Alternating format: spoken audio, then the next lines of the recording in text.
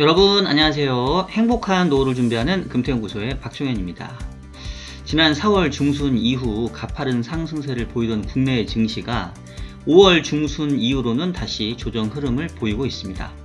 연준이 결국 올해 금리 인하에 나설 것이라는 기대감이 높아졌다가 다시 연내 금리 인하에 대한 자신감이 떨어졌기 때문인데요. 지난주 발표된 5월 FOMC 의사록 결과 매파적인 의견이 다수를 이루었고, 한은 금통위에서도 한은 총재는 하반기 금리 인하의 시기에 불확실성이 커졌다고 언급하였습니다. 시장은 계속해서 연준의 연내 금리 인하가 과연 언제가 될 것인지만 바라보는 천수답 장세를 이어가고 있는데요. 자, 이 가운데 금주에는 4월 PC 물가 발표가 예정되어 있습니다. 과연 연준은 올해 언제쯤 금리 인하에 나설 수 있을 것인지, 또한 엔비디아의 실적 구조가 국내 반도체 업종의 주가 상승을 얼마나 견인할 수 있을 것인지 오늘 영상에서 자세하게 짚어보도록 하겠습니다. 자, 그러면 일요일에 만나는 이슈 분석 지금 바로 시작하도록 하겠습니다. 자, 여러분 한 주 동안 잘 지내셨는지 모르겠습니다. 오늘은 그래도 좀 적당한 시간대에 영상을 아마 업로드하지 않을까 싶은데요. 오늘 현재 시간 5월 26일 오후 5시 34분을 지나가고 있습니다. 제가 지난주에 영상을 업로드하면서 되게 속으로 너무 오늘 횡설수설을 했는데 이거 조금 약간 민망한데 이러면서 지금 그 영상을 업로드를 했는데, 아니나 다를까 저희 구독자분 중에 한 분께서 이 따끔한 일침을 하시더라고요. 왜 이렇게 횡설수설하냐, 원래 그러냐. 사실은 뭐 다른 저희 구독자분께서 저 또 많이 옹호도 해주고 하셨는데, 제가 스스로가 조금 오늘 좀 너무 이렇게 막 그랬다 이렇게 뜨끔하고 있었던 찰나였기 때문에 이제 그분 제가 말씀이 상당히 좀 많이 와닿았던 것 같아요. 그래서 사실 제가 이 영상은 거의 제 일기 쓰는 것 같은, 이제 다른 분들을 위한 것보다는 이제 저 스스로 이 시장을 정리하고 이제 제 나름대로 이제 공부하는 그런 용이긴 한데, 그래도 어쨌든 여러분들 들으시라고 영상 올리고 찍고 해서 이렇게 업로드하고 많은 분들이 또 봐주시고 이러는데, 약간 지난주 좀 반성을 했습니다. 그래서 오늘부터는 조금 신경 써서 영상 찍도록 하겠고요. 제가 지난주에 그 저녁에 오후에 따르컷 연습할 게 있어가지고 일찍 찍고 가느라 좀 그랬던 것 같아요. 자, 오늘은 시간 여유가 있으니까 조금 정제돼서 여러분들께 제 시황을 좀 말씀드리도록 하겠습니다. 자, 일단은 시장 분위기는 제가 오프닝에서도 말씀을 드렸던 것처럼 4월 중순 이후에 5월 중순까지는 상대적으로 상당히 분위기가 좋았어요. 미국 증시도 계속 사상 최고치 경신을 이어갔고, 물론 지난주에 또 그 나스닥 같은 경우는 조정의 흐름 크게 받지 않고 계속 이렇게 뿜어내면서 거의 사상 최고치 수준에서 좀 마무리하긴 했는데, 전반적으로는 미국 증시도 조금 다우 중심으로 좀 쉬어갔고, 국내 코스피 코스닥도 1% 중반대 정도의 하락세를 좀 보였었습니다. 그리고 전체적으로 채권 시장도 금리가 계속 좀 반등하는 이런 모습들을 보이면서 지난주 5월 중순 이후로는 다시 좀 자산 시장이 좀 약세를 보이고 있는데, 제가 오프닝에서도 얘기했지만 사실 좀 지겨운 것 같아요. 저처럼 매크로랑 주로 이 연준의 통화 정책을 기본 분석의 출발점으로 삼는 사람도 시장이 이게 너무 해도 너무 하는 거 아닌가 싶을 정도로 연준만 바라보고 있죠. 지금 계속해서 연준이 금리 인상에 대한 가능성을 얘기하면 시장이 좋았다가, 또 아니더라, 금리 인하가 아니라 또 금리 인상 할 수 있다더라 하면 또 시장이 또 조정받고 이런 모습이 지금 몇 주째 계속 나타나고 있는 것 같아요. 몇 주째가 아니죠. 사실 어떻게 보면은 코로나 때 대규모의 공격적인 통화정책 이후에 그 뒤로 시장은 거의 이 금리와 통화정책에 대한 향방에 따라서 좌지우지되는 이런 모습들을 좀 보여주고 있는 것 같습니다. 그래서 좀 안타깝긴 하지만 현재 시장을, 그러니까 제가 기본적으로 시장을 분석할 때 이제 제가 시장을 접근하는 방법은 뭐냐면, 지금 현재 시장을 주도하고 있는 키 팩터가 뭐냐, 현재 시장에 어떤 요인들이 주로 시장을 지배하고 있냐, 이런 그 중심적인 변수를 일단은 잘 분석을 하고, 그래서 그 중심 변수가 향후에 어떻게 전개돼 갈지 이렇게 이제 저는 접근하는 형태이거든요. 근데 어쨌든 지금 시장의 키 팩터는 뭐 계속 말씀드리지만 결국 올해 언제쯤 연준이 금리 인하를 할 거냐, 금리 인하를 할 거냐 말 거냐, 한다면 언제 할 거냐, 뭐 사실 여기에 거의 이제 함몰되어 있다고 볼 수 있겠죠. 거기 플러스 하나 이제 곁다리로 붙인다고 한다면 이제 이 엔비디아가 언제까지나 실적 서프라이즈를 발표하면서 계속 주가가 뻗어나갈 거냐, 뭐 이런 정도가 어떻게 보면 시장의 가장 큰 변수라고 할 수가 있겠죠. 그래서 오늘 또 이제 그 중심으로 얘기를 할 수밖에 없을 것 같은데, 일단은 지난주에 뭐 다 내용을 아시고 계시겠습니다만은 두 가지의 통화정책에 대한 이벤트가 있었던 것 같아요. 하나는 FOMC 의사록이 나왔는데 5월 FOMC가 정확하게 이제 우리나라 시간으로는 5월 1일 새벽에 발표가 이제 됐었습니다. 그래서 당시에 이제 5월 2일 날이었겠나 보다. 5월 1일 날은 우리가 노동절 때문에 쉬었고 5월 2일 날 이제 아침에 출근을 해보니까 이제 FOMC 의사록이 FOMC가 전해졌는데, 당시에 파월 연준 의장이 기억을 하시겠습니다만은 사실상 올해 금리 인상을 닫아놓는 그런 발언들을 했었어요. 그래서 시장의 이제 기대감들을 높였는데, 그 당시에 일각에서는 이게 파월 의장만의 개인적인 생각일 수 있다. 연준 내의 의견은 이와는 상반될 수도 있다. 이제 이런 주장이 있어서 이제 FOMC 의사로 까보자. 이제 이런 어떤 얘기들이 있었단 말이에요. 근데 이제 지난주에 언제였더라? 목요일 날이었나? FOMC 의사록이 나온 게 지난주 수요일, 우리나라 시간으로 목요일 새벽 정도였겠네요. 목요일 새벽에 FOMC 의사록 까보니까 다수의 위원들이, 다수의라는 표현이 FOMC 의사록에 보게 되면 연준 위원들의 숫자를 표현하는 표현들이 다양하게 있습니다. 뭐 예를 들면 뭐 소수다 그러면 뭐 another, 뭐 다른 사람, 그러면 2명이다 그러면 a couple of, 뭐 3명이다 그러면은 뭐 some, 뭐 이런 형태인데, 요번에 되게 재밌었던 게 다수의라는 위원들의 표현을 숫자로 얘기하지 않고 various라는 표현으로 얘기를 했더라고요. 그러니까 various한 다양한 위원들이 물가가 급등하면 금리를 다시 인상할 용의가 있다고 말했다고 의사록은 적시했다. 그러니까 이 파월 의장이 연준 멤버들의 전체적인 의견을 이렇게 대변했다라기보다는 조금 개인의 어떤 의견을 조금 많이 이렇게 피력을 했던 것 같고, 실제 5월 FOMC에서는 정말로 다양한 위원들의 의견 개진이 있었고, 그 중에서 상당수는 물가가 불안하면 다시 금리 올려야 될 수도 있는 거 아니냐, 뭐 이제 이런 얘기가 있었다는 거죠. 그래서 그 부분들이 이제 지난주에 다시 시장에 부담으로 작용하면서 지금 보시는 것처럼 참 그 이후로 또 주가라든가 이런 것들이 지금 조정을 좀 받고 있는 거죠. 지금. 자, 어쨌든 간에 이제 5월 1일자 FOMC 기준으로는 추가 금리 인상을 열어놓는 위원들이 다시 좀 많이 등장했다라는 건데, 자, 이제 중요한 거는 이제 저희가 연준 위원들의 현재의 스탠스가 어떤지를 파악하는 이유는 결국 이 사람들이 향후에 어떤 의사결정을 할 건지를 예측하려고 현재 상태를 점검하는 거잖아요.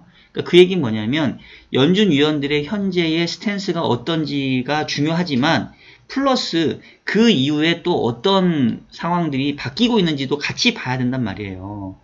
단순히 5월 FOMC에서는 애들이 매파적이었다더라. 그러니까 이제 계속 매파적으로 시장을 봐야 될 거냐? 이제 그건 아니라는 거죠. 그때까진 그랬는데 그 이후에 주어진 정보들은 어땠냐? 이제 이게 중요한데, 5월 1일 날 이후에 어떤 정보들이 새롭게 주어졌냐면, 일단 5월 중순에 4월 CPI가 발표됐는데 그게 당시에 조금 둔화됐잖아요. 그때 지표를 한번 보여드릴까요? 자, 4월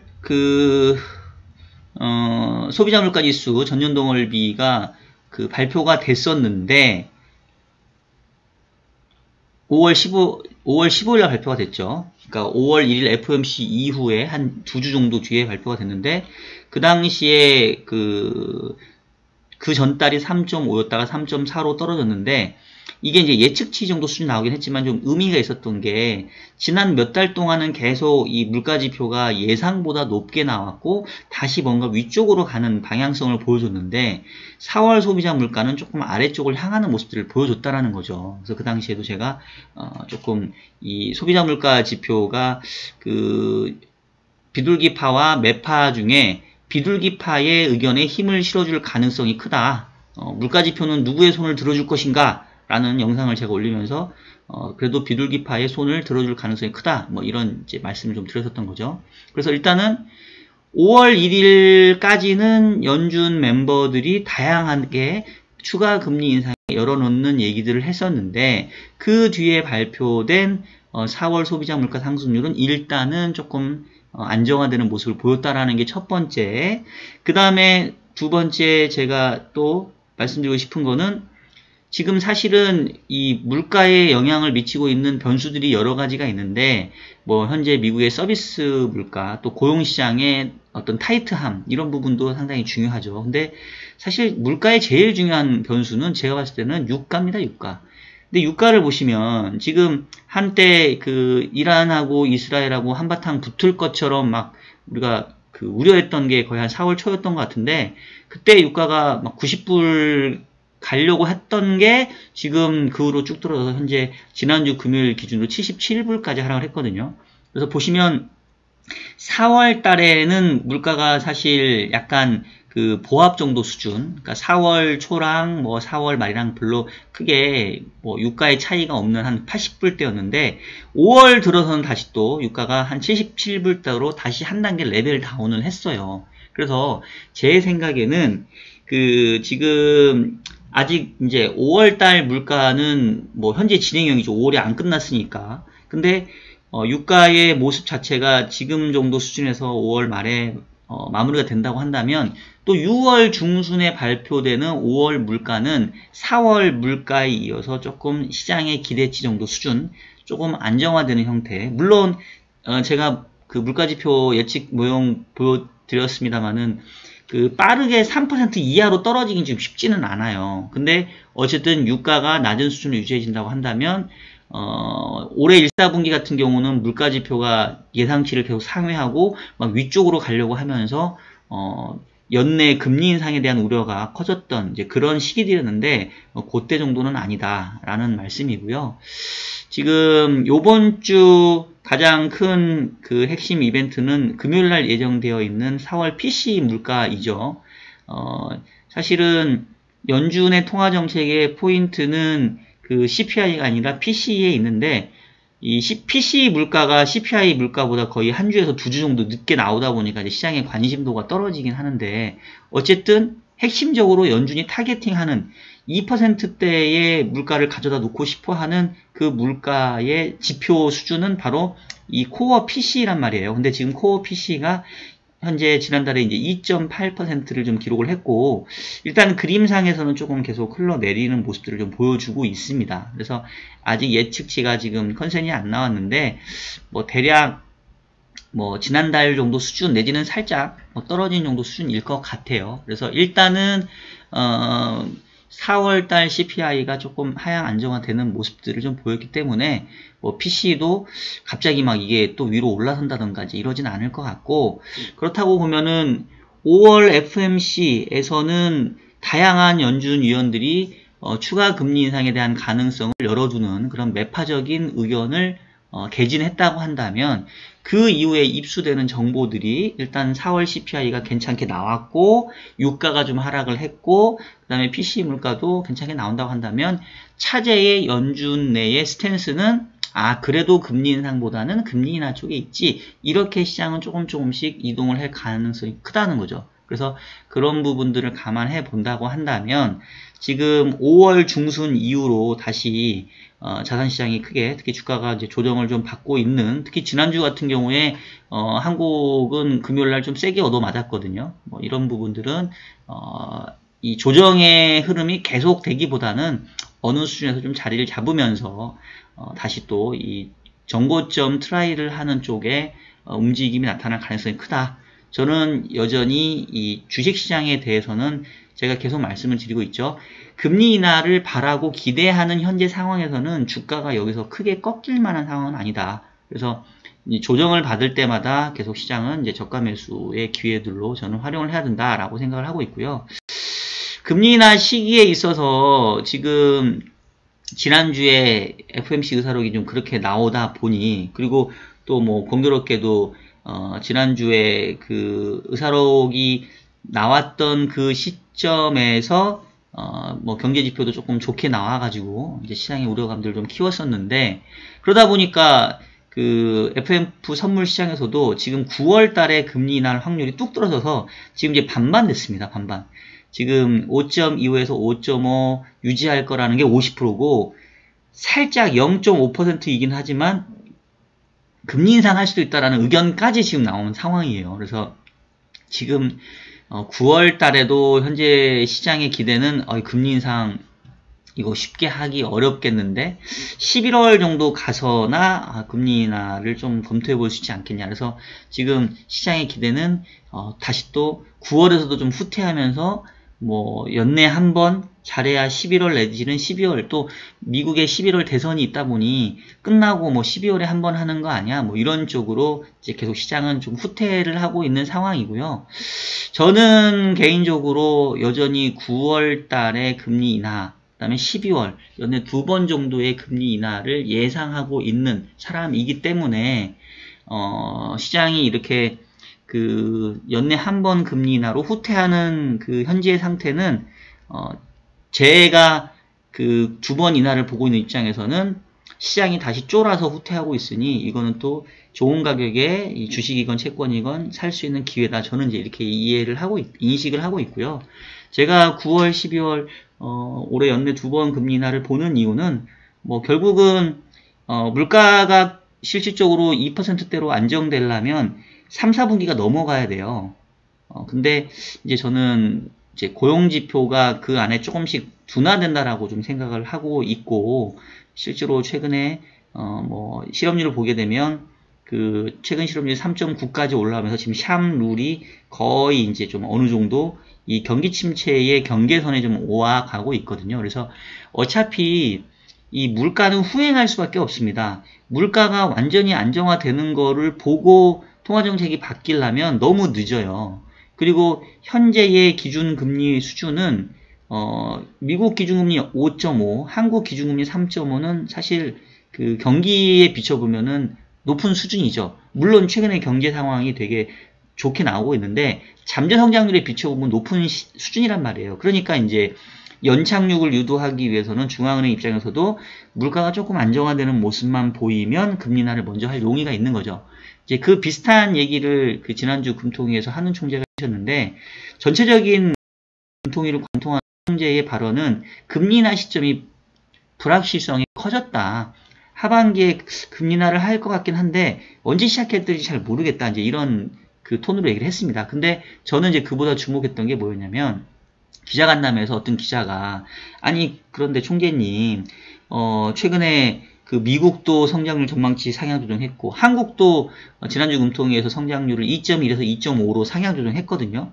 물론 내년도 성장률을 낮추긴 했지만, 근데 어쨌든 간에 예상보다 경기가 더 좋다는 얘기인데 그러면 굳이 금리 인하를 할 필요는 또 뭐가 있습니까? 이제 이런 얘기를 했더니만 총재께서 이제 그런 얘기를 하신 거죠. 현재 3.5라고 하는 기준금리는 제약적인 수준이다.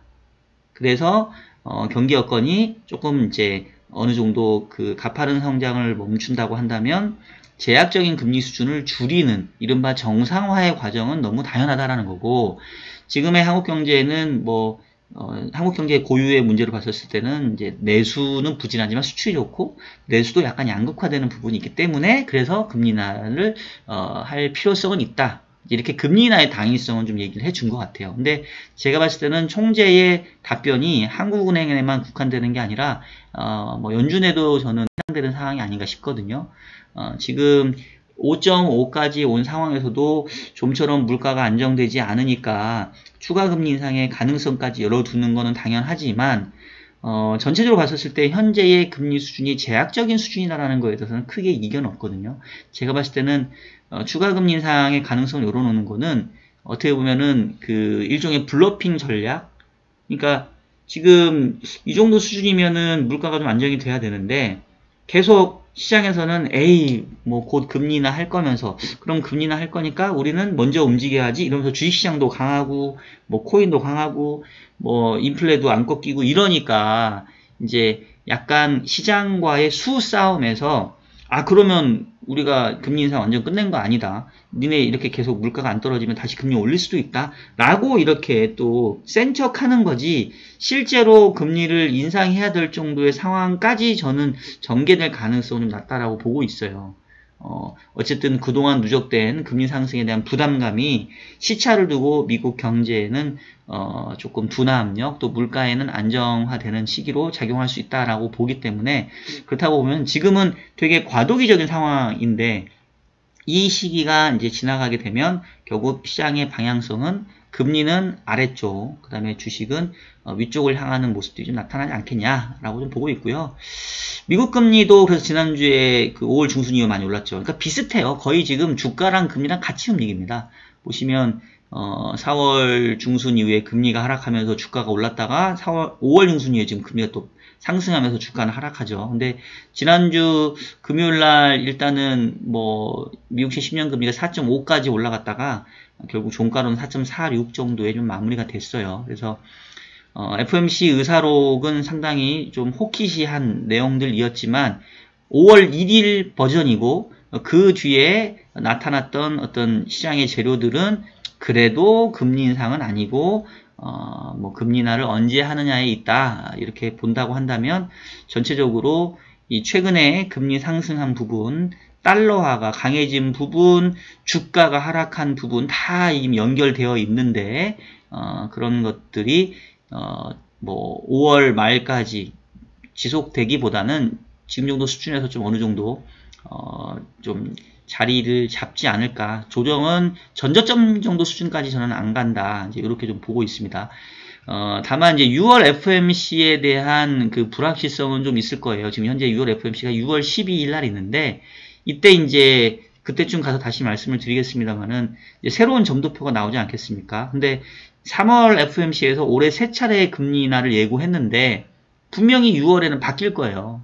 지금 상황에서는 뭐 정말 한 번 내지는 2번 정도로 바뀌겠죠. 근데 어쨌든 점도표 자체가 올해 금리 인하 하는 쪽에 저는 좀 찍혀 있을 거라고 보기 때문에 6월 FOMC 점도표 확인하기 전까지는 뭐 시장에서는 조금 경계감이 있겠지만 뭐 결과적으로 방향성은 금리의 하락 쪽, 뭐 주식의 상승 쪽에는 큰 변화는 없지 않냐. 근데 이제 그 전까지는 다소 좀 시장은 좀 긴가민가 하면서 좀 정체되는 뭐 이런 모습들이 좀 보이지 않을까, 이렇게 저는 좀 제 시황을 좀 가지고 있습니다. 자, 그 다음에 두 번째 삼성전자 얘기를 좀 해야 되는데, 지금 그 지난주에 되게 이 주식시장 보게 되면 참 이렇게 많이 서로 엇갈리는 것도 좀 드물었던 것 같은데, 지금 이게 보세요. 이 삼성전자는 전고점이 86,000원 4월 8일 찍고 지금 75,900원까지 떨어졌고, 반면에 SK 하이닉스는 지금 전고점 뚫고 20만 4천원에 도달을 했습니다. 그래서 지금 삼성전자의 굴욕이죠.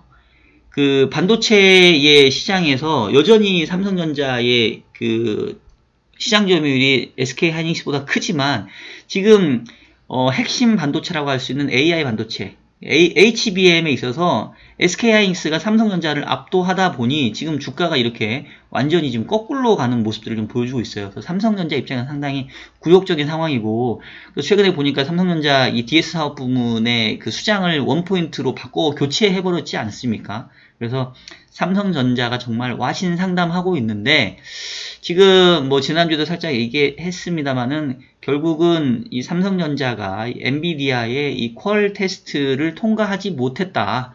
그러다 보니까 엔비디아의 이 HBM을 독점 납품하고 있는 SK 하이닉스는 쭉쭉 올라가는 반면에 지금 삼성전자는 아직까지 퀄 테스트도 통과 못해가지고 지금 어리버리 하고 있으니까 하이닉스에 계속 뒤질 수밖에 없는 거죠. 올해 통과돼도 SK하이닉스가 이미 거의 1년 이상, 1년 반 정도 앞서가 있기 때문에 이게 반도체 시장에서 이 기술력 차이가 1년에서 1년 반이면 진짜 따라잡기가 쉽지 않다고 하더라고요. 그래서 하여튼 지금 하이닉스 입장에서는 계속 앞서가고 있고 삼성전자는 지금 쫓아가고 있는데, 지금 로이터의 복수 익명 소식통을 인용한 내용을 보니까 4월에 HBM3E의 8단, 12단 제품의 시험 결과가 나왔는데 발열 등의 문제로 아직 테스트를 통과하지 못했다 하더라. 그래서 사실 그 뒤로 지금 주가가 밀린 거죠. 지금 정확히 보면 삼성전자 주가가 밀리기 시작한 게 이 4월부터잖아요. 이때 지금 알만한 애들은 알았다는 거 아니에요. 지금 이때 쭉 밀렸잖아요.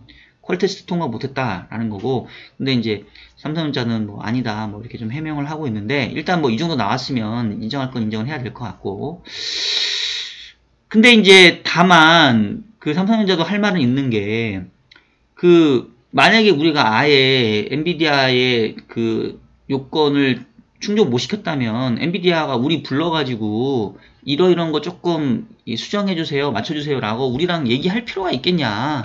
그러니까 결국은 엔비디아의 니즈에 맞춰가는 지금 과정에 있는 거다. 결국 HBM3가 공급될 거다.